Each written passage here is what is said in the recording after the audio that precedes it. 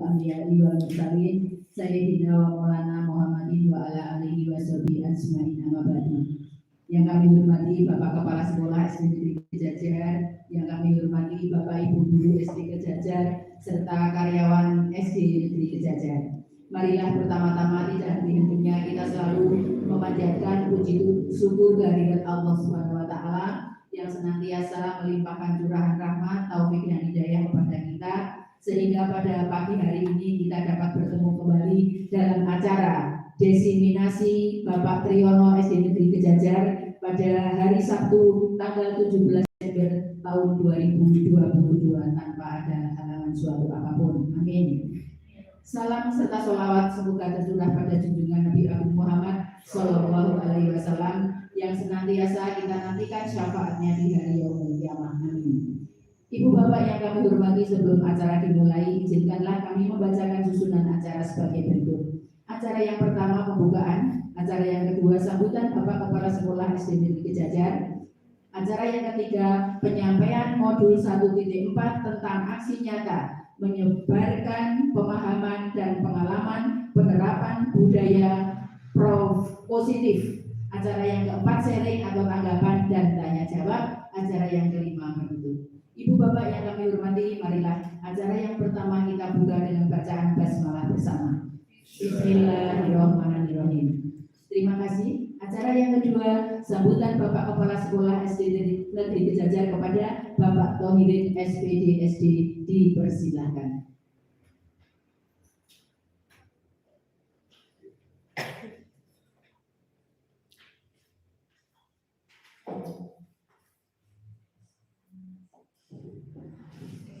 Assalamualaikum warahmatullahi wabarakatuh. Alhamdulillah, sallallahu alaihi wa sallam, Muhammadan abduhu wa rasuluhu wa nabiyyu ba'da. Allahumma shalli wa sallim ala sayyidina Muhammadin wa ala alihi wa sahbihi ajma'in. Bapak Ibu guru karyawan SD Kejajar yang saya hormati, yang pertama tidak lupa kita ucapkan syukur kepada Allah Taala pada kesempatan pagi hari ini kita dapat berkumpul untuk melaksanakan desiminasi terkait dengan tugas calon guru penggerak Bapak Triyono SPD SD yang menyelesaikan untuk modul 1.4 budaya positif, yaitu dengan tema menyebarkan pemahaman dan pengalaman penerapan budaya positif, yang tentunya kita perlu banyak belajar dan perlu saling sharing terkait dengan pemahaman ini, karena apa itu yang dimaksud dengan budaya positif nanti bisa kita pelajari, kita cari tahu dari apa yang dipaparkan dari Bapak Triyono. Yang selanjutnya kita juga perlu bersama-sama terkait dengan penyelesaian platform Merdeka Mengajar atau PMM yang memang secara nasional itu digaungkan dan untuk bisa diselesaikan, bukan sekedar hanya aplikasi belaka, tapi sebagai tempat belajar berkaitan pemahaman tentang kurikulum merdeka, yang di sana banyak sekali materi-materi baik dari profesional maupun pedagogi dan sebagainya, termasuk P5-nya bisa kita pelajari bersama. Karena alhamdulillah di SD Negeri Kejajar di daftar PMM itu ada 9 guru yang sudah memiliki akun belajar ID. Dari 9 itu sudah 9 sudah melihat video, sudah mengerjakan modul, sudah menyelesaikan topik, dan sudah sampai ke aksi nyata. Tapi kebanyakan yang sudah mengerjakan aksi nyata di sana ada perbaikan, disuruh memperbaiki aksi nyata, di mana kekurangan kita, di mana yang harus diperbaiki, sehingga nanti betul-betul untuk aksi nyata kita diakui dan bisa memperoleh sertifikat. Nah, ini nanti kita kita belajar dari guru penggerak ini, kita sekaligus kita bisa bersama-sama terkait untuk upload ya aksi nyata yang benar seperti apa ya, sehingga nanti memang bukan hanya sekedar membuat PowerPoint ataupun video ataupun apa, tapi memang betul-betul kita tampil di depan, ada foto kita, ada keterlibatan, ada kolaborasi, sehingga mudah-mudahan nanti hari ini meskipun hanya sekedar foto, video dan sebagainya, kita bisa mengupload aksi nyata yang sebenarnya dan nanti bisa memperoleh sertifikat. Dan kelihatannya di Kecamatan Kejajar baru beberapa yang sudah memperoleh sertifikat, dan kita bisa nyusul untuk bisa ikut ini. Nah, mari kita ikuti bersama sampai selesai nanti. Di tengah kesibukan ini kita manfaatkan waktu untuk bisa belajar bersama terkait dengan modul yang bertemakan budaya positif. Demikian sebagai sambutan dari kami, dan nanti menambah pengetahuan buat kita semuanya. Banyak salah dan kurang, mohon maaf. Wassalamualaikum warahmatullahi wabarakatuh.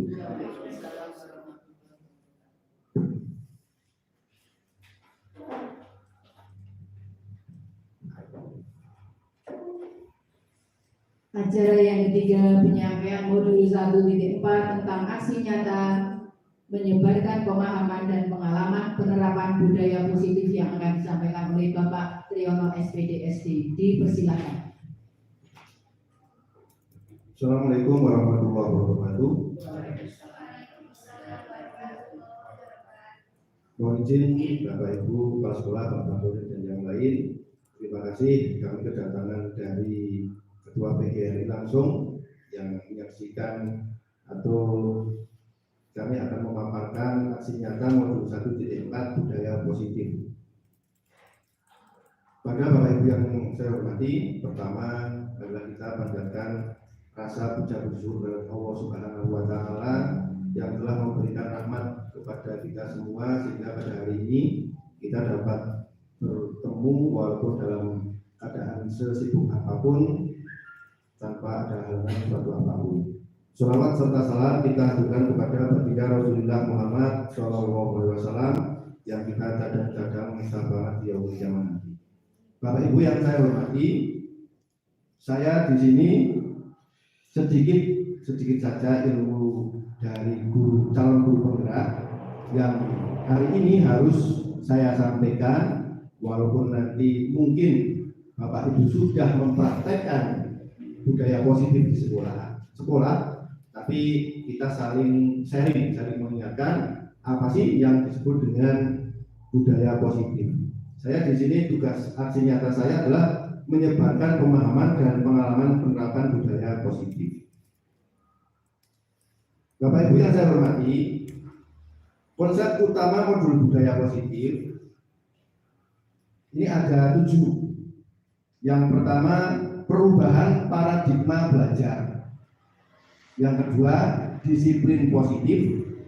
Yang ketiga, kebutuhan dasar manusia. Yang keempat, motivasi perilaku manusia. Yang kelima, posisi kontrol restitusi. Yang keenam, keyakinan kelas. Dan yang ketujuh, segitiga restitusi. Nanti 7 ini kita akan pecah menjadi beberapa materi, nanti kita bahas satu persatu. Yang pertama, perubahan paradigma belajar. Apa sih yang dimaksud dengan paradigma belajar? Kita masuk ke materinya. Nah, ini sekaligus saya memperkenalkan platform Canva. Ini ternyata Canva lebih mudah, lebih bagus daripada yang PP. Jadi karena otomatis akan menyimpan sendiri, kita akan ada gambarnya, juga ada animasinya. Pembelajaran dengan paradigma baru adalah pembelajaran yang dirancang berdasarkan prinsip pembelajaran yang terdiferensiasi sehingga setiap siswa belajar sesuai dengan kebutuhan dan tahap perkembangannya untuk mewujudkan profil pelajar Pancasila. Nah, Bapak Ibu, saya tanya, apa sih yang dimaksud dengan terdiferensiasi? Gimana? Berbeda. Ada lagi? Terdiferensiasi, berbeda. Boleh, itu memang benar-benar berbeda. Sehingga dari pembelajaran ini akan kembali ke apa? Ke mewujudkan profil pelajar Pancasila. Kita lihat.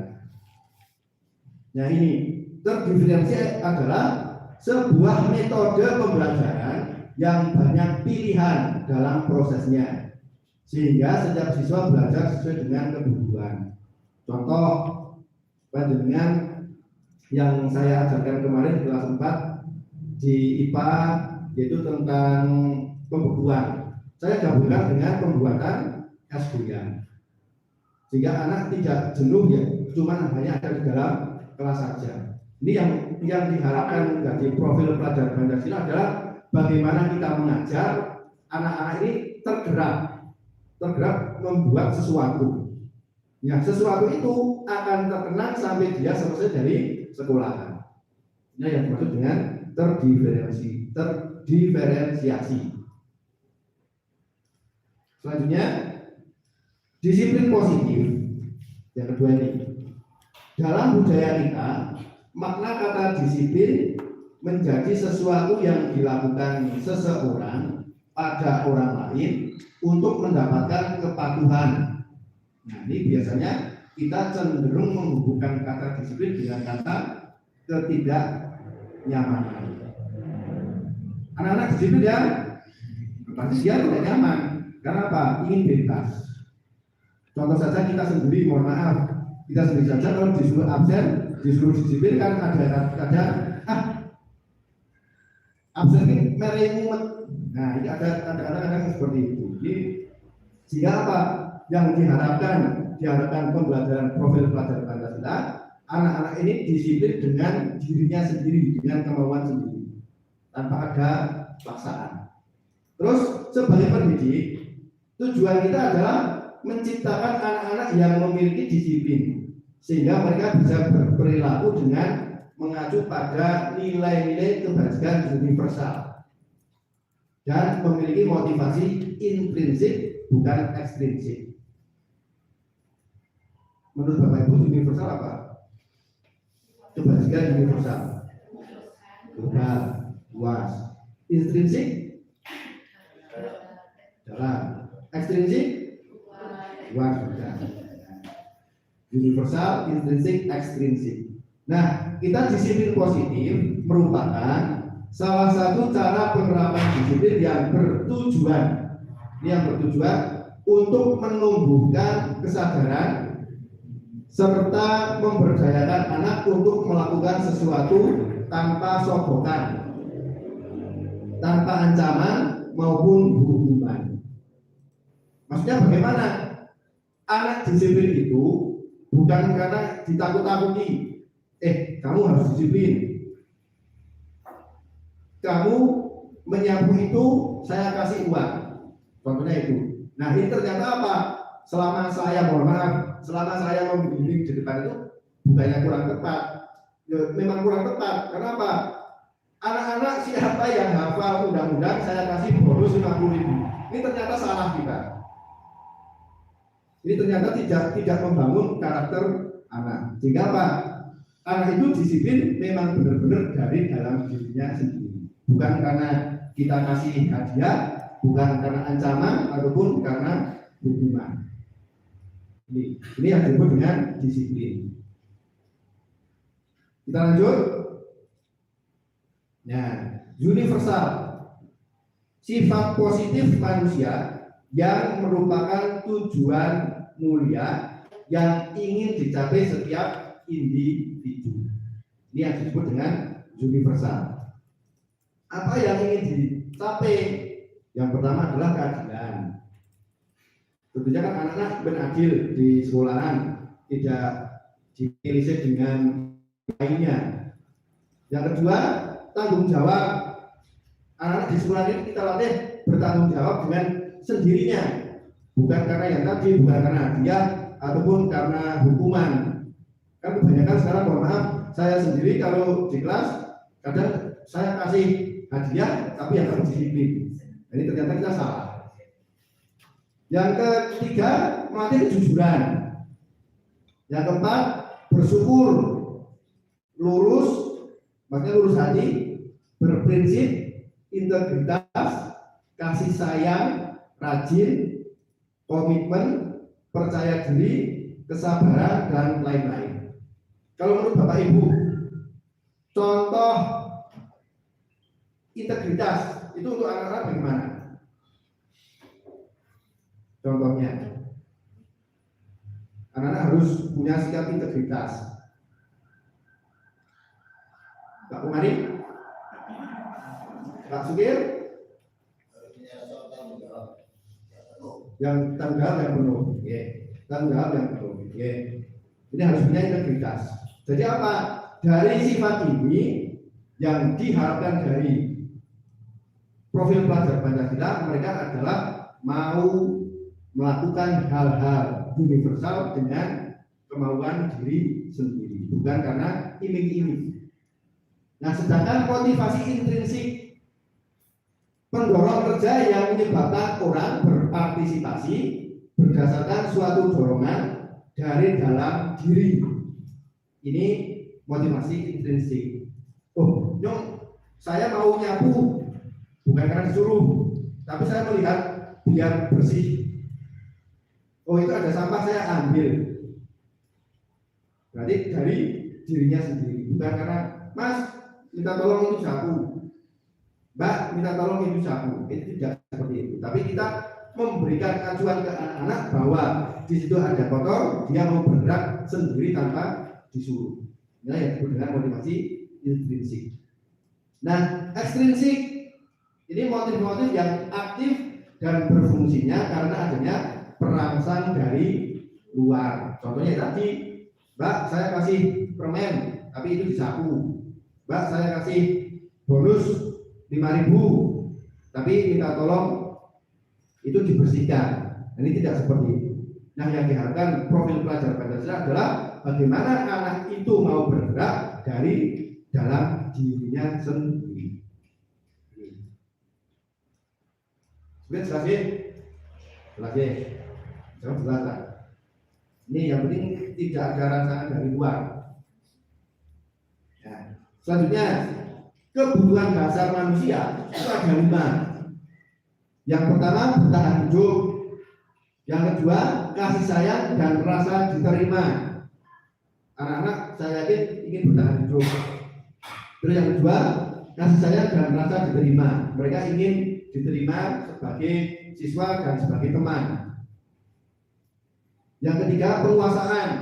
Mereka ingin jadi penguasa, contoh ketua kelas, ya, ini juga penguasaan. Kepingin menyiapkan pada waktu masuk kelas atau menyiapkan pulang sekolah, ini juga penguasaan. Kebebasan, mereka ingin bebas. Tapi yang dimaksud bebas di sini, kita memberikan kebebasan, tapi kita tetap mengawasi. Kita menuntun dan mendampingi. Contoh, mereka ingin bermain pingpong sumpama. Ya silakan, berikan kebebasan. Tapi kita tetap dampingi. Caranya bagaimana seperti ini, alatnya seperti ini, kita tunjukkan. Karena sebagai guru dalam profil pelajar Pancasila ini dituntut untuk menuntun dan mengarahkan. Ini. Terus yang kelima, sebagai kesenangan. Nah, kenapa kok saya di hari Jumat tanya anak-anak datang ke sekolah senang tidak? Senang. Nah, ini tujuannya apa? Untuk membangun mereka datang ke sekolahan. Tujuannya biar mereka senang. Senang dengan siapa? Dengan gurunya, dengan pelajarannya.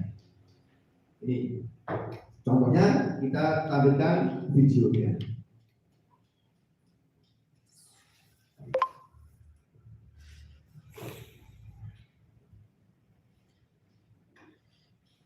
Ini 5 kebutuhan dasar manusia. Salam dan bahagia Ibu dan Bapak guru hebat.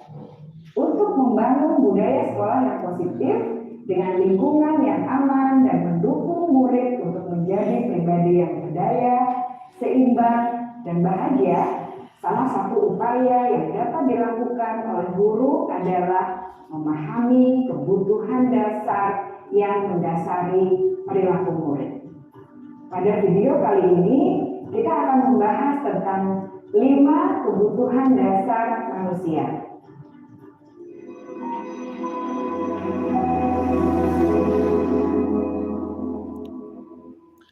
Ki Hajar Dewantara dalam salah satu kutipannya menyatakan, kita ambil contoh perbandingan dengan hidup tumbuh-tumbuhan.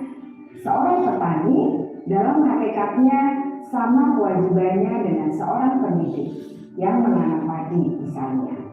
Hanya dapat menuntun tumbuhnya padi. Ia dapat memperbaiki kondisi tanah, memelihara tanaman padi, memberi pupuk dan air, membasmi ulat-ulat atau jamur-jamur yang mengganggu hidup tanaman padi, dan lain sebagainya. Ketika guru memahami kebutuhan apa yang mendasari perilaku murid, dan guru berusaha menuntun dan mendukung murid dalam memenuhi kebutuhannya secara positif, pada hakikatnya guru tersebut ibarat seorang petani yang sedang berusaha memahami kebutuhan tanaman, dan ia berusaha memenuhi kebutuhan tanaman tersebut agar dapat tumbuh dengan subur dan maksimal. Dr. William Glasser, seorang psikiater dari Amerika Serikat, menyatakan bahwa seluruh tindakan manusia memiliki tujuan tertentu, yaitu memenuhi kebutuhan dasarnya. Ketika kelima kebutuhan dasar telah terpenuhi secara memadai, maka murid akan tumbuh dengan seimbang dan bahagia. Sebaliknya, ketika kebutuhan dasar tidak terpenuhi dengan baik, maka seseorang akan mengalami emosi negatif seperti bosan, sedih, dan kecewa. Bahkan mereka dapat melakukan perbuatan yang bertentangan dengan nilai-nilai kebajikan atau melanggar peraturan. Dengan kata lain, perilaku buruk seseorang biasanya adalah respons dari kebutuhan yang tidak terpenuhi.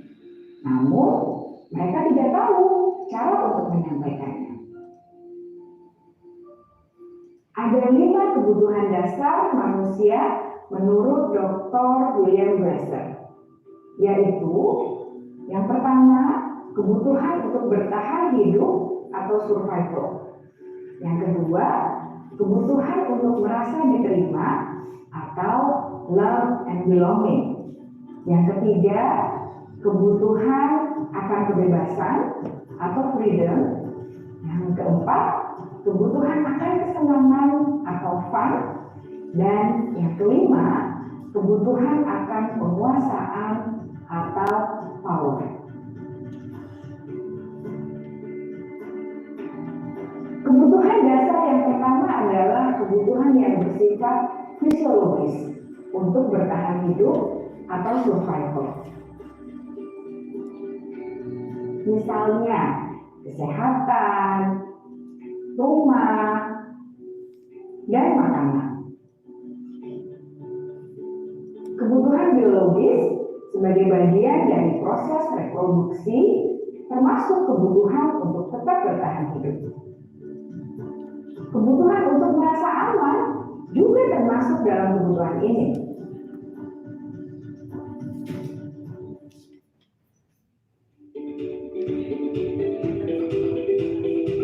Agar murid dapat belajar dengan baik, kebutuhan mereka akan merasa aman, pangan, sandang, dan papan harus terpenuhi. Bagaimana mungkin mereka dapat belajar dengan baik bila mereka datang ke sekolah dengan perut yang lapar atau bila memang mereka kebanjiran?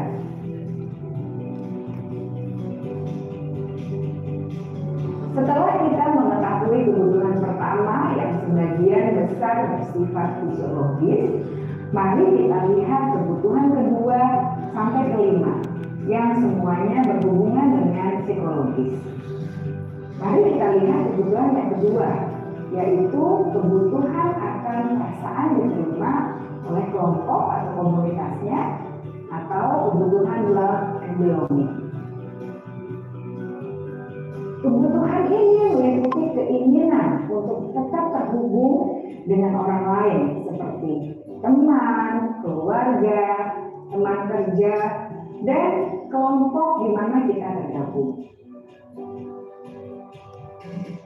Setiap murid ingin menjadi bagian yang berharga dari kelas dan juga sekolah. Mereka juga ingin diterima oleh orang lain dan kelompoknya.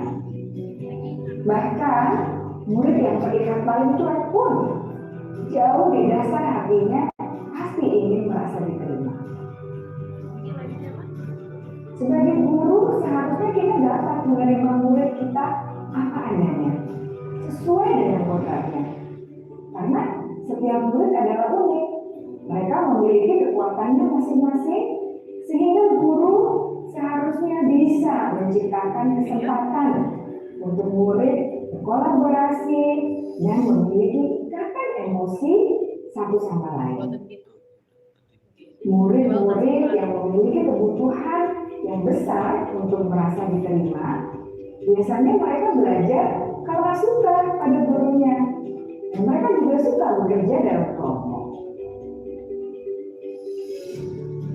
Kebutuhan yang ketiga adalah kebutuhan akan kebebasan atau kebutuhan membuat pilihan.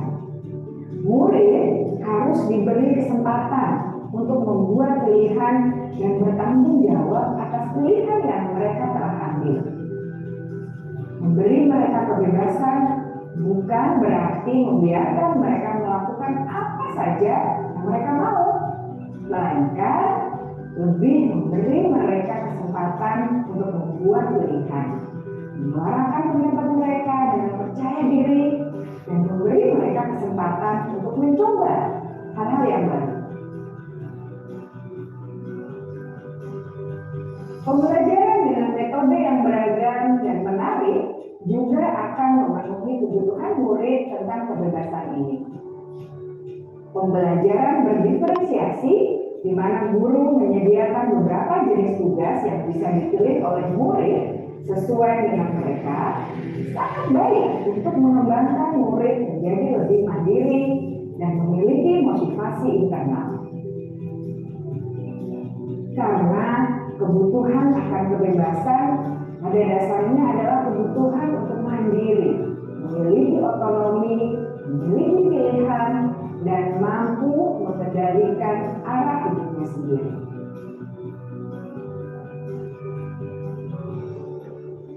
Kebutuhan yang keempat adalah kebutuhan akan kesenangan. Bayangkan Bapak Ibu hidup tanpa rasa senang, betapa menyedihkannya. Glasser menghubungkan kebutuhan akan kesenangan dengan belajar. Jangan sepelekan kebutuhan murid untuk merasa senang di kelas. Sebagai guru, jangan ragu-ragu untuk dengan sengaja memasukkan kegiatan yang menyenangkan dalam kelas. Murid-murid dengan kebutuhan dasar kesenangan yang tinggi ingin menikmati apa yang mereka lakukan. Mereka juga konsentrasi tinggi saat mengerjakan hal-hal yang disenangi.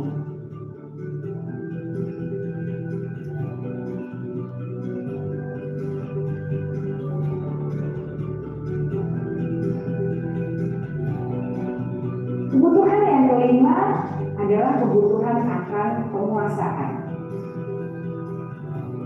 Setiap murid memiliki kebutuhan untuk merasa kompeten,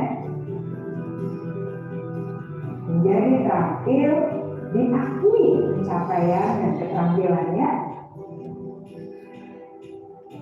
didengarkan, bisa membuat dampak dan pengaruh, dan memiliki rasa harga diri. Mereka sebaiknya diberi kesempatan untuk membuat keputusan tentang hal-hal yang penting dalam hidupnya dan tidak merasa dikontrol oleh sistem sekolah. Pada murid yang telah menginjak usia remaja, seringkali mereka merasa tidak memegang kendali atas kehidupannya sendiri, karena guru kerap kali berpengaruh dalam mengambil keputusan. Murid-murid yang memiliki kebutuhan dasar akan penguasaan yang tinggi biasanya selalu ingin menjadi pemimpin. Mereka juga suka mengamati sebelum mencoba hal-hal yang baru. Mereka juga perfeksionis dan merasa kecewa bila melakukan kesalahan.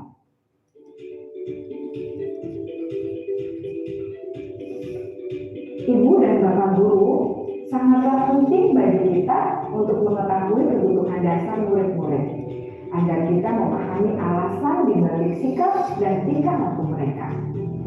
Bila murid berperilaku buruk atau melanggar peraturan, sehingga tindakannya tidak sesuai dengan nilai-nilai kebajikan, maka guru harus mencari tahu alasan yang mendasari tindakan tersebut dan kebutuhan apa yang belum terpenuhi. Dari video tadi pertanyaan kita, apakah kita pernah melakukan hal tersebut, Bapak Ibu? Bagaimana Bapak Ibu? Pernah ya? Pernah, tapi belum kompleks. Ya, kita pernah melakukan hal semacam ini, tapi dasarnya belum sepenuhnya kita kerjakan. Nah, ini kebutuhan dasar tadi yang sudah kita simak, mudah-mudahan setelah kita melihat gambaran tadi bisa melaksanakan dengan minimal dengan anak-anak kita, terutama kelas kita sendiri.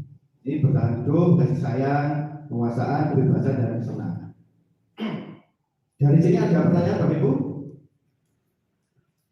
Belum kita lanjutkan. Nah, di sini ada motivasi perilaku manusia. Motivasi merupakan dorongan yang timbul pada diri seseorang secara sadar atau tidak sadar untuk melakukan suatu tindakan dengan tujuan tertentu. Contoh, menghindari ketidaknyamanan dan hukuman. Ini biasanya murid melakukan disiplin diri karena ia takut dihukum. Ini merupakan motivasi ekstrinsik. Ini karena apa? Dia tidak melakukan rasa disiplin karena ingin biar tidak dihukum. Ini yang disebut dengan ekstrinsik. Yang kedua, mendapatkan imbalan atau penghargaan dari orang lain. Ini yang kedua. Ini anak biasanya kalau ingin disiplin, kadang juga ingin mendapat pujian atau imbalan. Ini juga motivasi ekstrinsik. Nah, yang ketiga, menghargai nilai-nilai kebajikan diri sendiri. Yang diharapkan profil pelajar Pancasila, anak disiplin diri karena mempunyai nilai-nilai kebajikan diri sendiri, bukan dari orang lain. Sehingga insya Allah kalau mempunyai nilai-nilai seperti ini, tanpa disuruh pun ada siapa mereka akan mengambil. Ini contohnya seperti itu. Nah, ini disebut dengan motivasi intrinsik. Bapak Ibu yang saya hormati, kayaknya mau tegang sekali. Kita jalan-jalan dulu ya. Kita jalan-jalan dulu. Oh, biar santai. Nanti ada jalan-jalan guru penggerak. Tergerak, bergerak, menggerakkan. Oke, kalau saya bilang guru penggerak, tergerak, bergerak, menggerakkan.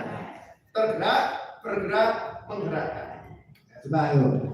Guru bergerak, tergerak, bergerak, menggerakkan. Ini, kita menggerakkan semuanya. Ini, terima kasih. Kayaknya ototnya tegang sekali. Nah, selanjutnya konsep disiplin dengan identitas gagal. Kenapa udah identitas gagal? Ini yang pertama hukuman. Ini kalau hukuman ini sifatnya menyakitkan ke anak,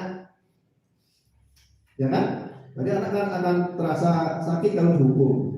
Terus tidak nyaman, dia akan tidak nyaman di kelas karena takut dihukum. Yang ketiga, murid takut. Yang keempat, memaksa. Ini bersifatnya memaksa. Yang keempat, murid menyembunyikan kesalahan. Yang kelima, murid menjadi rendah diri. Ini kalau kita menghukum siswa. Kalau penghargaan, ini juga tidak efektif. Yang kedua, merusak hubungan atau sifat diri. Yang ketiga, mematikan kreativitas anak. Kalau kita memberikan penghargaan, bukannya salah tapi kurang tepat. Yang keempat, menghukum dengan sistem ranking. Ini ternyata kita kurang tepat juga. Karena apa? Nanti yang tidak mendapat ranking biasanya di belakang itu akan mengatakan, saya kok gak dapat ranking, apa saya tidak pintar ya? Nah ini ternyata kita penghargaan ini kurang tepat. Jadi kalau kita berikan ke siswanya. Terus merampas hak menghargai dirinya. Nah contoh, wah saya kok gak dapat ranking yo, apa saya bodoh banget? Karena ada anak seperti itu kan, yang di belakang-belakang, walaupun tidak berani mengatakan di depan, tapi ada yang seperti itu.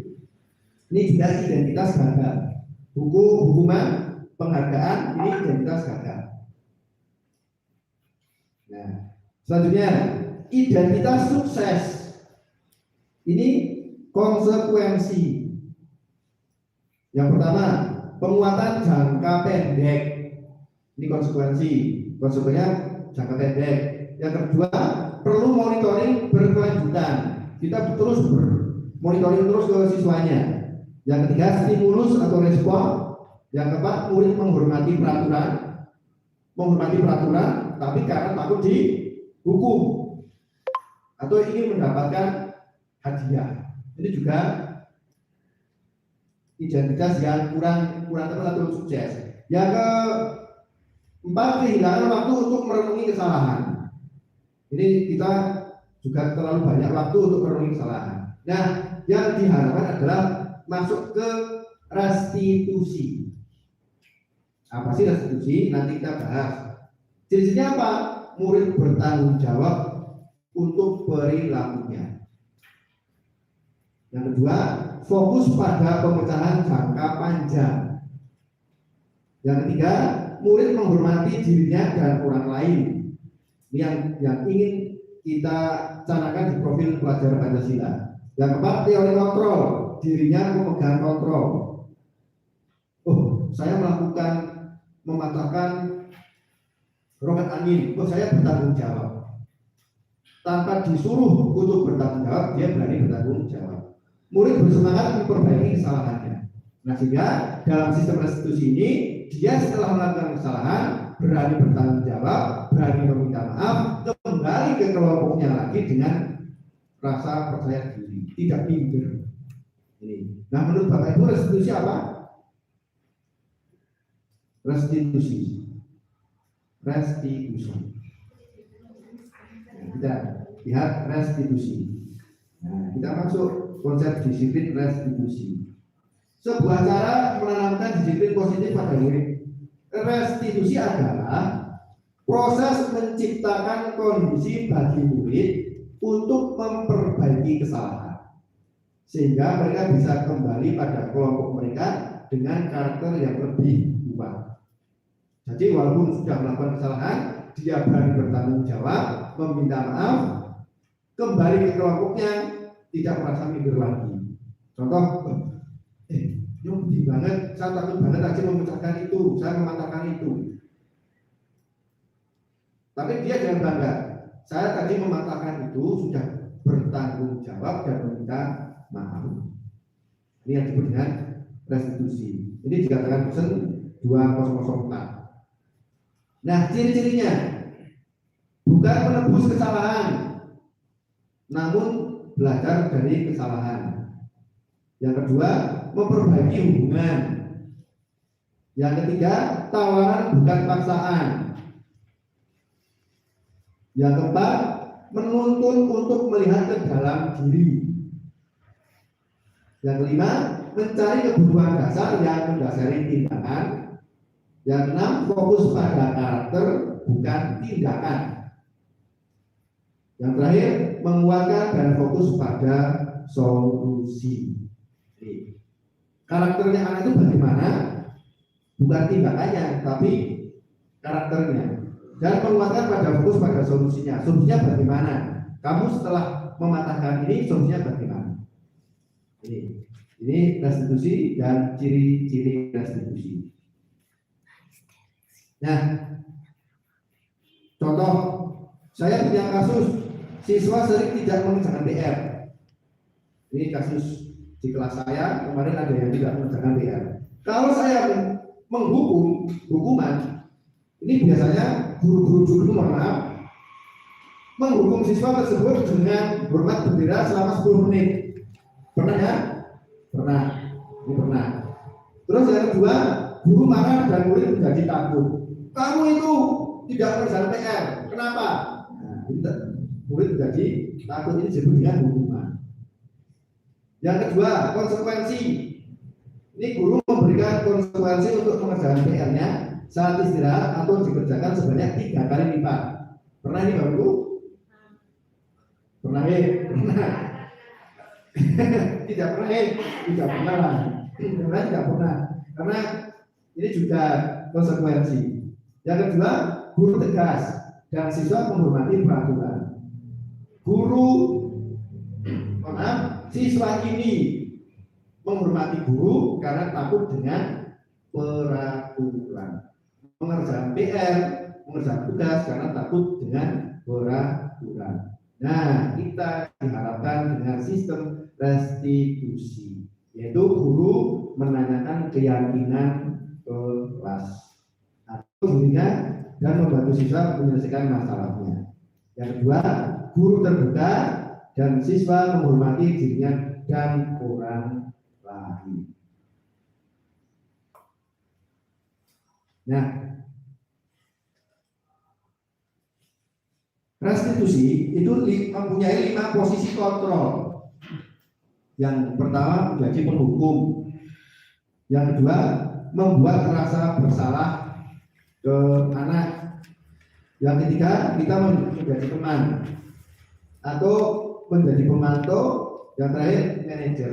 Yang diharapkan dalam 5 posisi kontrol restitusi adalah menjadi seorang manajer. Guru itu harus bisa menjadi manajer, jangan menjadi pemantau, jangan menjadi teman, jangan membuat rasa bersalah atau menjadi penghukum.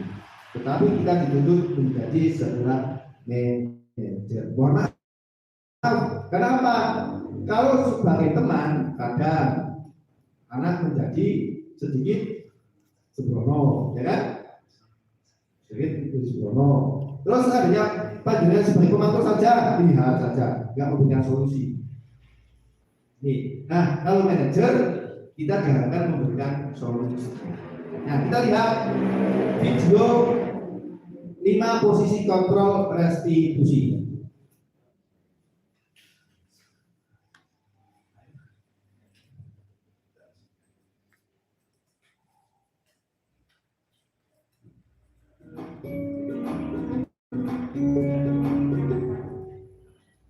Salam bahagia Ibu dan Bapak Guru hebat. Dalam penerapan disiplin positif restitusi, salah satu program yang dikembangkan adalah 5 posisi kontrol. 5 posisi kontrol dalam restitusi adalah proses perjalanan seorang pendidik agar dapat mengenali dirinya. Pada video kali ini, kita akan membahas tentang 5 posisi kontrol yang dikembangkan oleh Diane Lawson dan contoh penerapannya.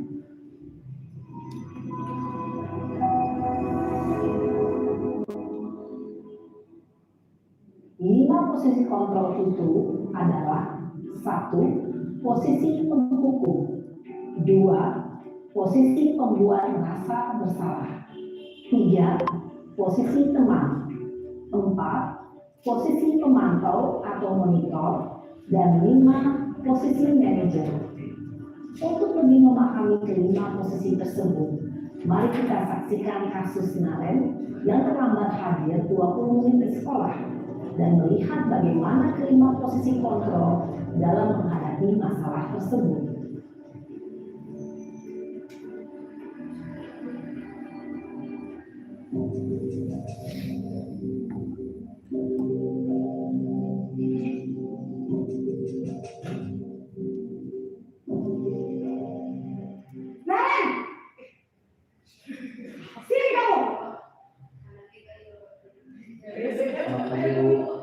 Selalu terlambat. Kamu deh, pasti terlambat. Maaf Bu, saya Apa? Apa coba? Alasan kamu apa lagi? Kapan sih kamu tidak terlambat? Malas sekali ya kamu jadi anak. saya Dasar pemalas. Gak kapok-kapok sih kamu. Sudah berapa kali terlambat? Sana, kamu keliling lapangan basket 2 kali. kenapa saya harus ke lapangan basket Bu? Kenapa? Kamu melawan ibu. Berani-beraninya jawab. Sudah terlambat, masih berani jawab pula. Sekarang, keliling lapangan basket 5 kali sekalian. Biar kapok. Cepat. Pergi sana ke lapangan basket. Ini apa Bapak Ibu? Penghukum. Oke, ini sebagai penghukum. Pernah melakukan? Buat tidak pernah. Sekarang yang kedua. Posisi penghukum biasanya berbicara dengan nada tinggi, menghardik, menunjuk-nunjuk, menyakiti, dan menyindir. Hukuman bisa berupa fisik maupun psikis. Ibu dan bapak guru hebat. Dampak yang terjadi pada murid ketika guru berada pada posisi penghukum adalah murid cenderung akan memberontak, bahkan menyimpan dendam.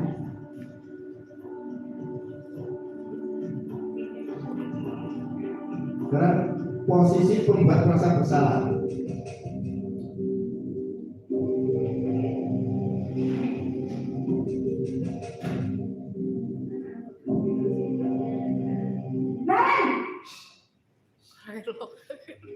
Naren, Saya Bu, Naren. Kamu kenapa terlambat lagi, nak? Gak Ya, apa-apa, Bu. Naren. Kamu senang ya bikin ibu susah ya? Kalau kamu terlambat lagi, nanti ibu yang ditegur bapak kepala sekolah, nak. Disangka ibu tidak bisa membina kamu. Duh, gimana ini? maaf Bu, Duh, Gusti Naren. Kamu suka ya kalau ibu tegur bapak kepala sekolah?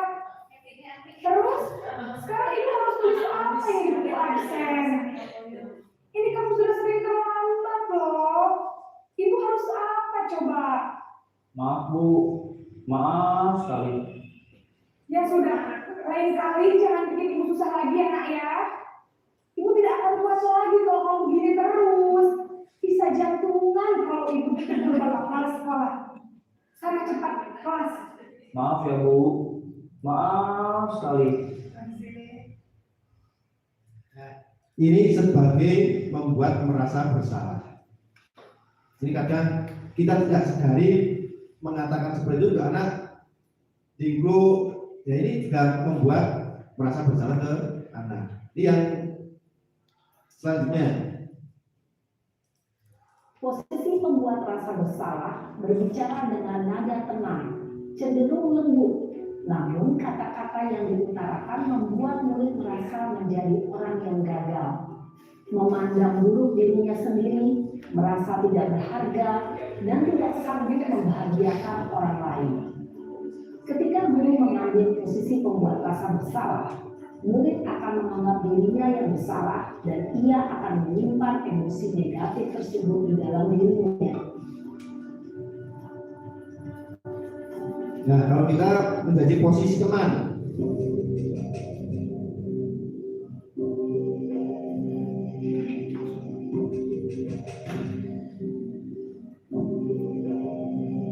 Naren,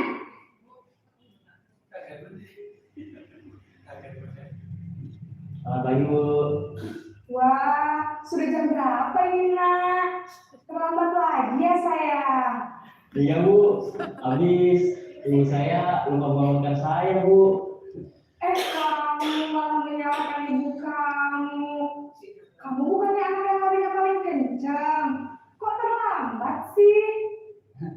Iya Bu, saya memang terlambat bangun tadi. Jadi biarpun saya lari kencang, tetap gak kekejar Bu. Ya sudah sana. Nanti lain kali larinya lebih kencang lagi ya. Biar gak terlambat lagi. Bikin senang ibu. Demi ibu. Bisa kan? Bisa lah Bu. Ya sudah sana masuk kelas. Ibu beresin urusan absen kamu. Kamu ini ada-ada saja. Dalam posisi teman, guru berbicara dengan nada suara ramah, akrab, cenderung bersendar gurau untuk menjaga suasana tetap santai. Murid akan merasa senang, aman, dan akrab dengan guru. Identitas yang tercipta adalah identitas sukses atau berhasil. Namun, perlu diingat, karena ini masih dorongan eksternal, maka ada faktor ketergantungan dari murid kepada orang tertentu. Di sini guru absennya, sehingga di lain waktu murid bisa berperilaku baik, namun hanya kepada orang-orang tertentu saja. Ini kita sebagai posisi pembantu akan monitor.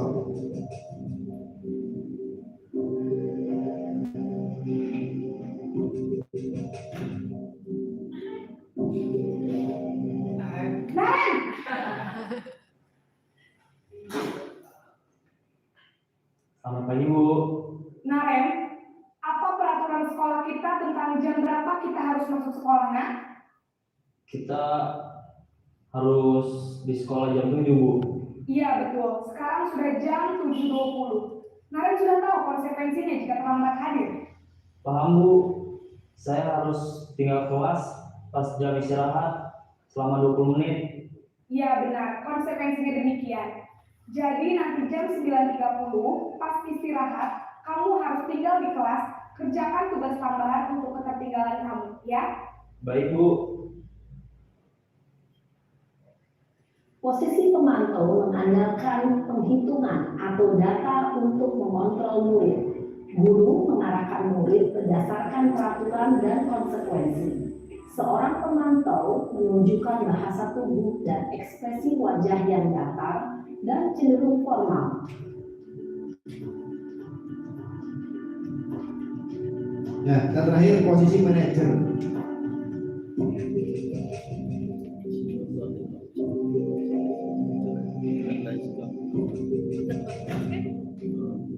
Padahal ini podcast ini Pak. Naren! Atas nomor sih. Oh, tengah dikinggi. Selamat pagi Bu. Selamat pagi Naren. Maaf Bu, saya terlambat.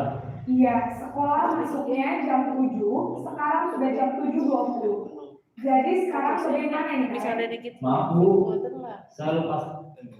Tadi ada kata apa? Pedring.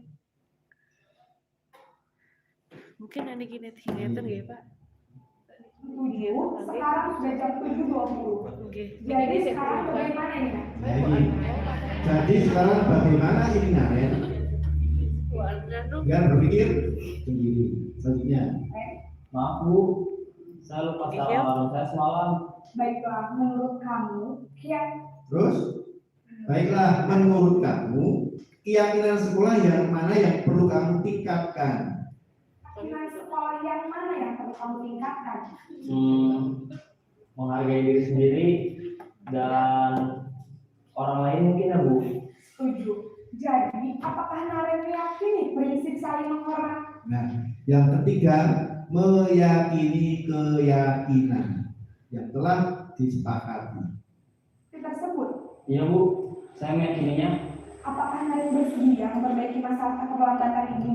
Bersedia Bu. Bagaimana kamu akan perbaiki masalah keterlambatan ini? Saya akan coba untuk tidak lupa menyetel alarm saya Bu. Baik, kalau Naren lupa menyetel alarm di rumah, ada orang yang kira-kira bisa bantu mengingatkan tidak? Ada Bu, kakak saya, Kak Emma.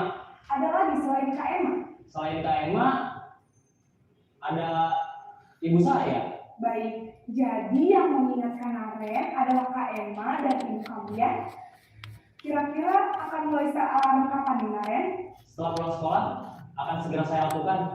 Baik, jadi Naren akan setel alarm untuk bangun besok pagi dan akan diingatkan oleh kakak dan ibu dan Naren ya. Ada lagi yang mungkin perlu dilakukan Naren agar tidak terlambat bangun lagi?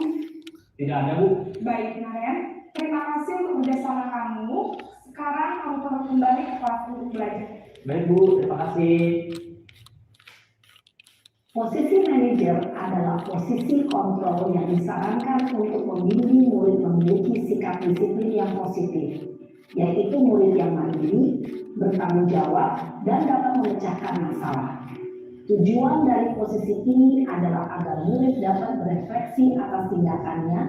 Guru akan dengan tulus memberikan pertanyaan-pertanyaan bermakna, sehingga membuat murid dapat belajar dari kesalahannya dan mencari sebuah solusi untuk menyelesaikannya. Ibu dan Bapak guru hebat. Ya, dari kegiatan ini yang diharapkan adalah kita sebagai seorang manajer itu bisa memberikan solusi terhadap anak-anak kita. Selanjutnya, contoh kalau saya menjadi seorang penghukum, pasti ada kata-kata yang keras. Ganti alat peraga sesuai aslinya. Ini susahnya menjadi penghukum. Kalau membuat rasa bersalah, contoh berapa kali Pak Guru memberitahu kamu, Pak Guru kecewa sama kamu. Ini kalau membuat bersalah. Kita sebagai teman, ayolah yang tertib, buat Pak Guru bangga. Kali ini tidak apa-apa, kamu salah. Ini sebagai seorang pemantau. Kalau kita sebagai teman, kalau pemantau, kamu sudah melanggar apa peraturan dan konsekuensinya. Nah, seandainya seorang manajer, apa kamu tahu kesalahanmu? Kira-kira bagaimana kamu akan memperbaiki kesalahan ini? Kan berbeda. Penghukum, membuat rasa bersalah, teman, pemantau ataupun manajer. Sehingga dari 5 posisi kontrol ini kita diharapkan dalam profil pelajaran Pancasila guru sebagai seorang manajer. Kita lanjut, yaitu keyakinan kelas. Saya lihat kemarin di sini ada kesepakatan kelas. Ada ya? Ada. Nah, kenapa kita harus menggunakan keyakinan kelas? Boleh menggunakan kesepakatan kelas boleh, tetapi yang dianjurkan adalah menggunakan keyakinan kelas. Kesepakatan bukannya salah, tapi kurang tepat. Kalau kesepakatan, Bapak Ibu sepakat ya, sepakat. Tapi kalau keyakinan kelas, dia timbul dari dirinya sendiri. Jadi, contoh, mengapa kita memiliki peraturan tentang penggunaan helm pada saat mengendarai kendaraan roda 2? Yang kedua, mengapa kita memiliki peraturan tentang penggunaan masker dan mencuci tangan setiap saat? Seandainya mereka yakin kalau menggunakan helm, menggunakan masker dan mencuci tangan itu memberikan kesehatan, mereka akan melakukan sendiri tanpa ada peraturan. Contoh, kita memakai helm karena takut peraturan. Kita menutup pakai masker karena takut peraturan. Kita tidak yakin bahwa itu akan membuat kita selamat ataupun sehat. Nah, yang kita terapkan ke anak, bagaimana mereka melakukan sesuatu dengan keyakinan. Selanjutnya, nah, dalam proses pembuatan keyakinan ini, contoh guru bersama siswa berdiskusi tentang peraturan apa saja yang akan kita laksanakan di dalam kelas atau keyakinan kelas. Yang kedua, menyusun peraturan menjadi keyakinan. Yang ketiga, menempelkan keyakinan di kelas. Tempelkan sesuai dengan apa yang ditulis anak-anak.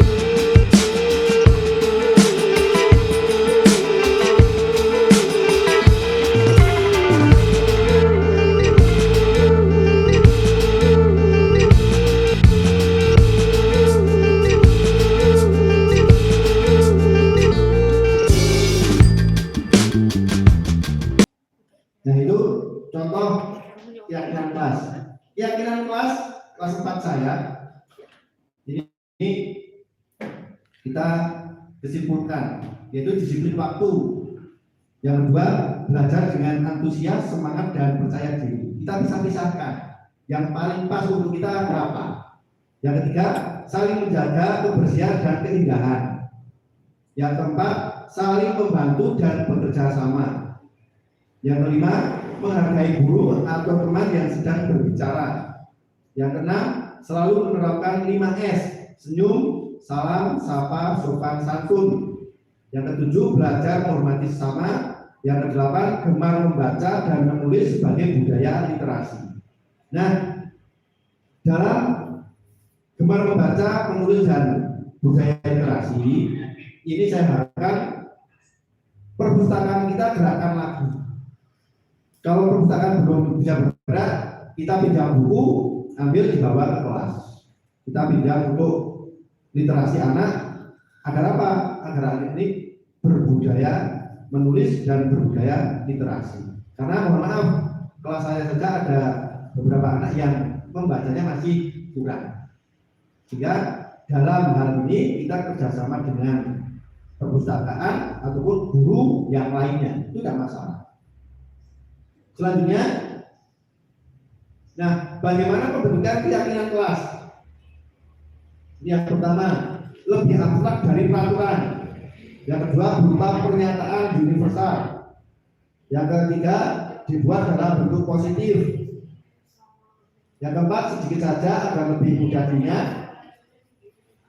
5, sesuai dengan kondisi kelas dan sekolah agar mudah diterapkan. Yang keenam, semua warga kelas atau sekolah dilibatkan. Kalau saya melibatkan Bapak Ibu semuanya contoh seperti ini, tidak masalah, kita membuat peraturan kelas. Terus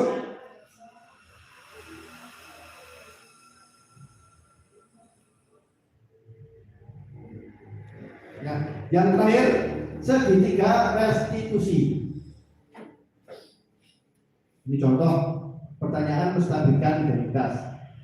Setiap orang pasti pernah melakukan kesalahan. Kamu bukan satu-satunya yang pernah melakukan itu. Yang kedua, validasi tindakan yang salah. Kamu tentu punya alasan mengapa melakukan itu. Adakah cara yang lebih efektif untuk mendapatkan apa yang kamu butuhkan? Terus yang terakhir, menanyakan keyakinan. Keyakinan kelas apa yang telah kita sepakati? Kamu ingin menjadi orang seperti apa? Ini segitiga restitusi. Nah, contoh penerapan segitiga restitusi. Yang pertama, menstabilkan identitas.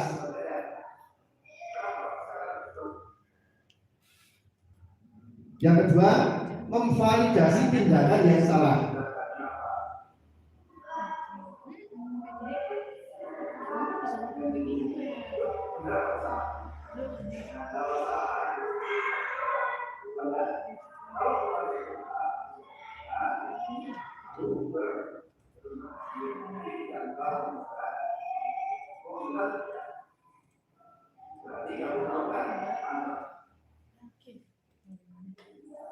Yang ketiga, menanyakan keyakinan.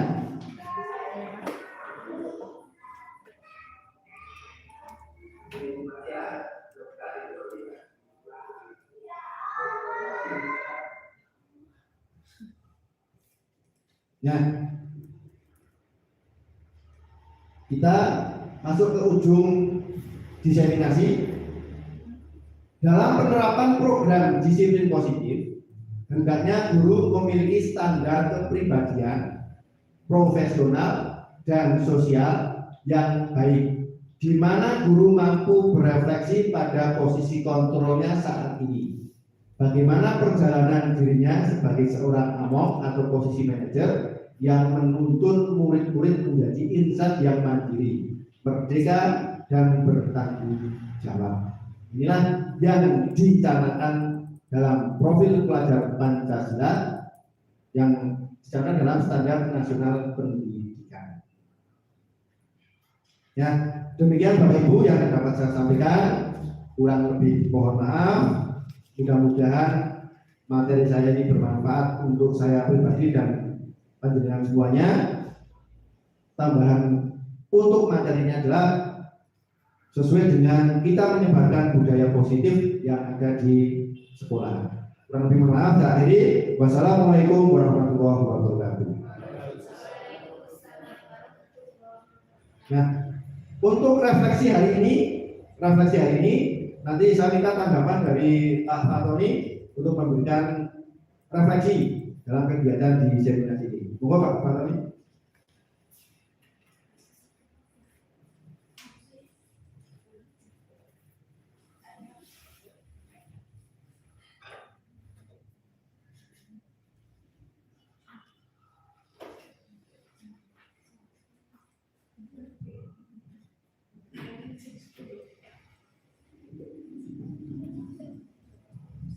Terima kasih waktunya. Assalamualaikum warahmatullahi wabarakatuh. Bismillahirrahmanirrahim. Wassalatu wassalamu ala rasulillah amma ba'da. Pada Bapak Kepala SD Negeri Jajar yang saya hormati, Bapak Triyono selaku guru penggerak, juga yang saya hormati Bapak Ibu guru SD Negeri Jajar yang saya hormati pula. Alhamdulillahirrahmanirrahim, pada hari ini Bapak Triyono SPDSD telah melaksanakan designasi sebagai guru penggerak, dan di sini saya selaku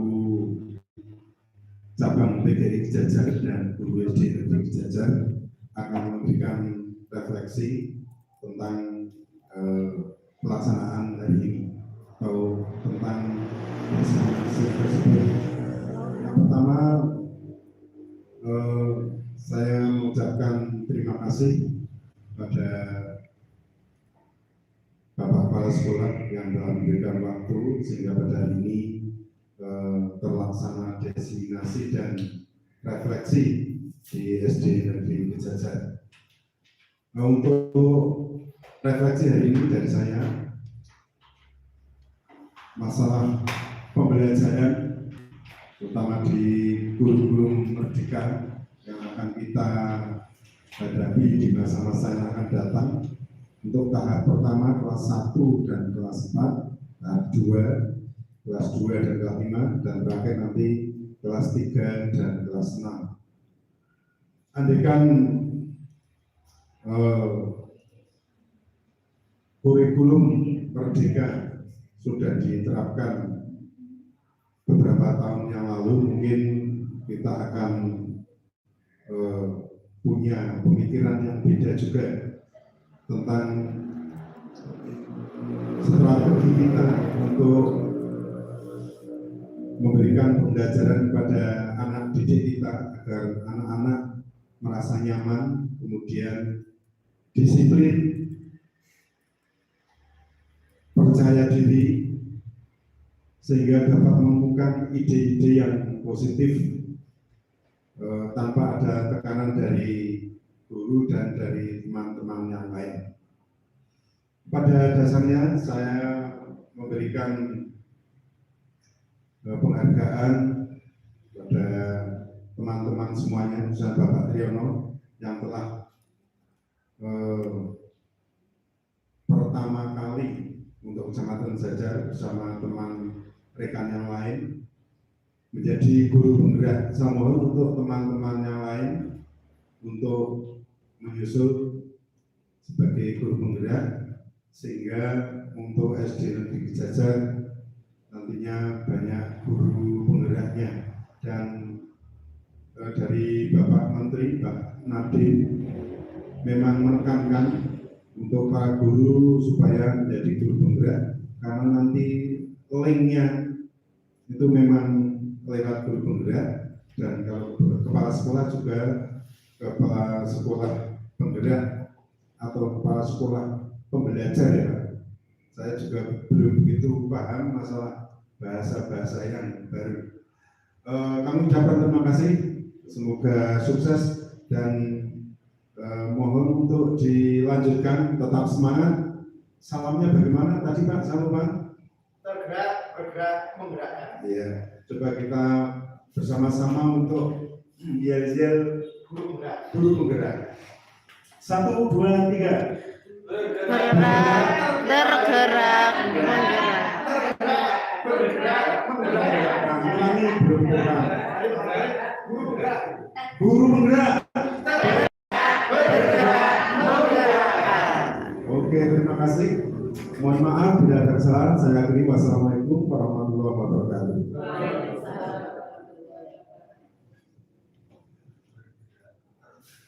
Tergerak, bergerak, menggerakkan. Tergerak, bergerak, menggerakkan. Terima kasih. Dan menggerak.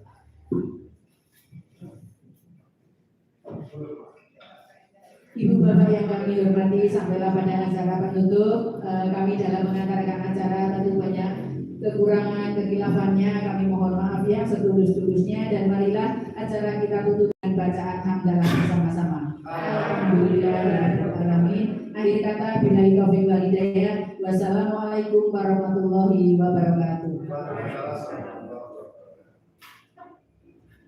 Terima kasih Bapak Ibu semuanya atas perhatian kerjasamanya.